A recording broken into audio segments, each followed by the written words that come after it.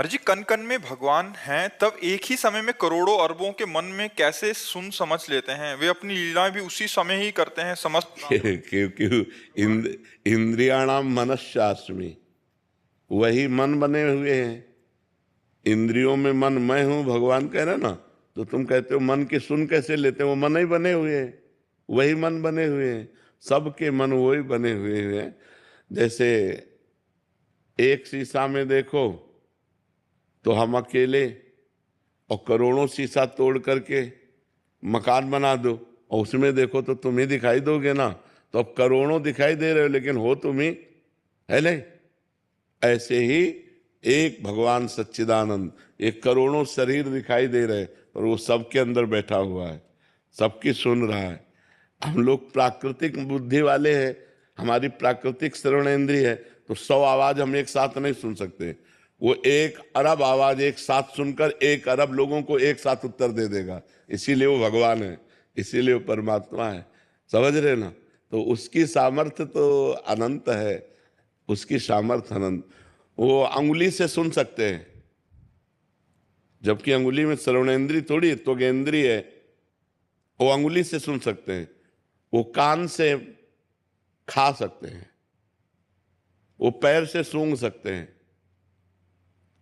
सच्चिदानंद है, सब कुछ सच्चिदानंद में सामर्थ्य होती है। अपने लोग प्राकृतिक केवल कान से सुन सकते हैं, और 100 आवाज एक साथ हो रही हो तो हम पहचान नहीं सकते कि कौन क्या बोल रहा है।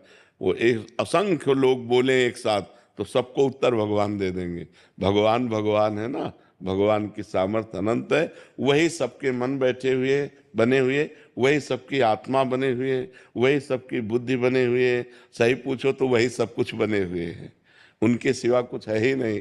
तो अपनी बात अपने सुन लेते हैं ना, ऐसे भगवान सबकी बात सुन लेते हैं। मेहुल जी, राधा। राधे राधे। महाराज जी, कभी कभी सत्व गुण में और कभी कभी रजोगुण में जीता हूँ। जब भोग भोगता हूँ तो मजा आता है, फिर अफसोस होता है सब बर्बादी कर दी। सतोगुण में रहने के लिए ज्यादा से ज्यादा मैं क्या करूँ महाराज जी?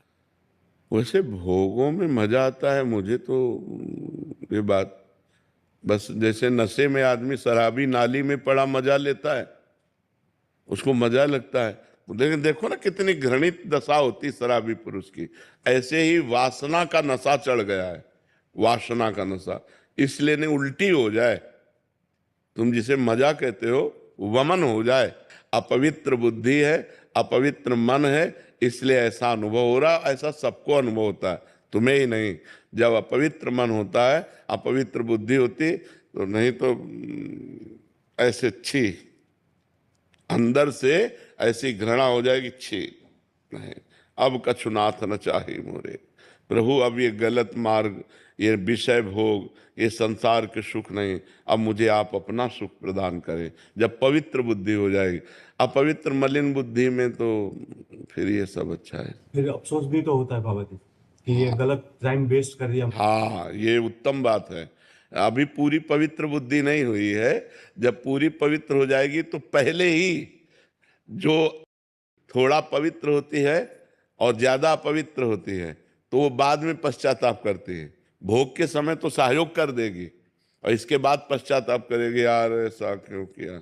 और जो ज्यादा पवित्र होती है, कम अपवित्र होती है, तो भोग की लालसा तो हुई पर वो पहले ही काट देगी, पहले ही उसमें निरर्थक भाव ले आएगी कि यार इसके पहले ले आवे तो काम बन गया। अब पीटने के बाद फिर ज्ञान उपदेश हो तो फायदा क्या हो गया? माया ने पीट दिया, अब बाद में उपदेश हो रहा, यार ये समय बर्बाद गया, ये व्यर्थ की वासना बढ़ रही है, व्यर्थ का अनुभव बढ़ रहा है संसार सुख का, ये तो बहुत गलत है। पवित्र बुद्धि तो इससे नाम जप बढ़ाओ, जितना नाम जप बढ़ाओगे उतनी बुद्धि पवित्र होती जाएगी। और पवित्र बुद्धि का लक्षण उसे रमा विलास राम अनुरागी तजत बमन जिम जन बड़भागी। वो बड़भागी भगवान के भक्त जन लक्ष्मी के